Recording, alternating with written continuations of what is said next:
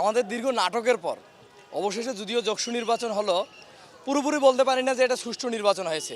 কারণ নির্বাচনের আগ মুহূর্ত থেকেই বিভিন্ন সময় আচরণবিধি লঙ্ঘনের রমরমা ব্যবসা চলে, যে দেখা যায় কাচ্চির বিনিময়ে ভোট, স্টার কাবাবে ফ্রি, হলে হলে প্রত্যেকটা রুমে রুমে চলে যায় কাচ্চির বিরিয়ানির প্যাকেট, উপবৃত্তির নামে টাকা।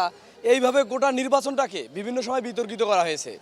শেষ পর্যন্ত আজকে আলহামদুলিল্লাহ নির্বাচনটা শেষ অবধি সম্পূর্ণ হয়েছে। আমরা চাই যারাই জিতুক, জবিয়ানরা জিতুক। কিন্তু দুঃখজনক হলেও সত্যি যে আমাদের বিভিন্ন ভোট সেন্টারে দেখা যাচ্ছে যে আগে থেকে কিছু কিছু ছাত্র সংগঠনের প্যানেলের লিফলেট দেওয়া থাকে, যে ওরা লিফলেট দিয়ে দিচ্ছে যাতে ভোটাররা ওই এতে ভোট দিতে পারে।